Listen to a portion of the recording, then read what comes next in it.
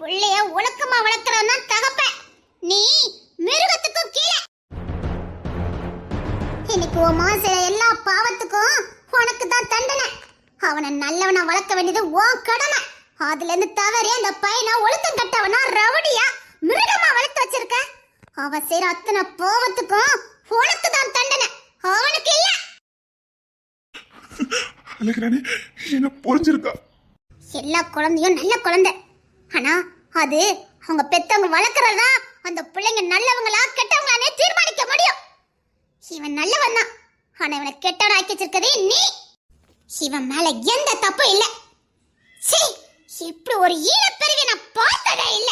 இப்ப சொல்ற நல்ல சிவன், ஓ சாவு என் கையாலதான். உன்னை சாகடிச்சாது இந்த மிருகமா வாழ்ந்து நிக்கிறேனே, இவனை நான் வாழ வைப்பேன். எல்லாரும் மாதிரி சந்தோஷமா வாழ